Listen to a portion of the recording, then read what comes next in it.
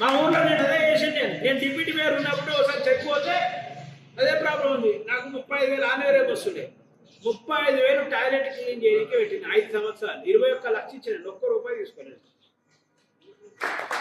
మొత్తం టోటల్ 21 లక్ష 21 లక్ష 35,000 నెలకు వస్తున్నాయి. నెలకు వచ్చే 35,000 మొత్తం కూడా గవర్నమెంట్ స్కూల్కి ఇచ్చారు. మా బాలాపూర్ గ్రామంలో గణేషుడు వేలంపాట వేస్తారు. వేలంపాట వేస్తే నేను కూడా 2005లో సార్లు అడుగున్నా, డబ్బులు ఇవ్వమన్నారు. నేను దేవుడికి ఇవ్వబోయాను.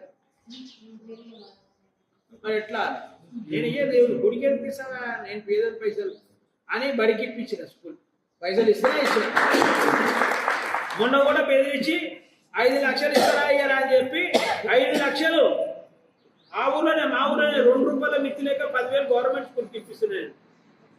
మండు తెప్పించి నేను ఏమంటున్నా అంటే ఇది ఈ ప్రైవేట్ వ్యక్తులు ఎన్రోల్ చేస్తాను. నేను ఉంటాను, నువ్వు ఉంటావు, రేపు అందరం చచ్చిపోతాం.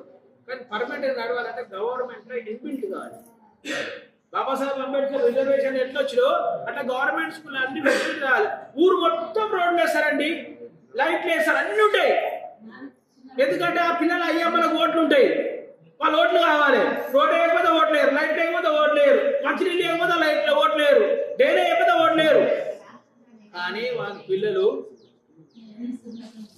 చదువుకొని బాగుపడితే వీళ్ళు అయ్యే ఓటు అమ్ముకోడని వాళ్ళకి చదువు రానిస్తారు. ఈ మోసాన్ని మీరు గమనించారు. లక్షలు పెట్టి కోట్లు పెట్టి రోడ్లను నేర్పిస్తారు. నెలకు 50,000 పెట్టి ఎందుకు స్కూల్ మంచి మెయింటైన్ చేసలేరు? ఇవన్నిటి కూడా ప్రైవేట్ హాస్పిటల్ని బతికేయడానికి వాళ్ళకి సంబంధించిన బిజినెస్ బాగా చేసుకోవడానికి. అంటే ఒక్కొక్కటి చెప్పుకుంటూ పోతే చాలా ఇంటర్నల్ ఉంటుంది వాళ్ళు డబ్బులు సంపాదించుకునే ప్రక్రియ.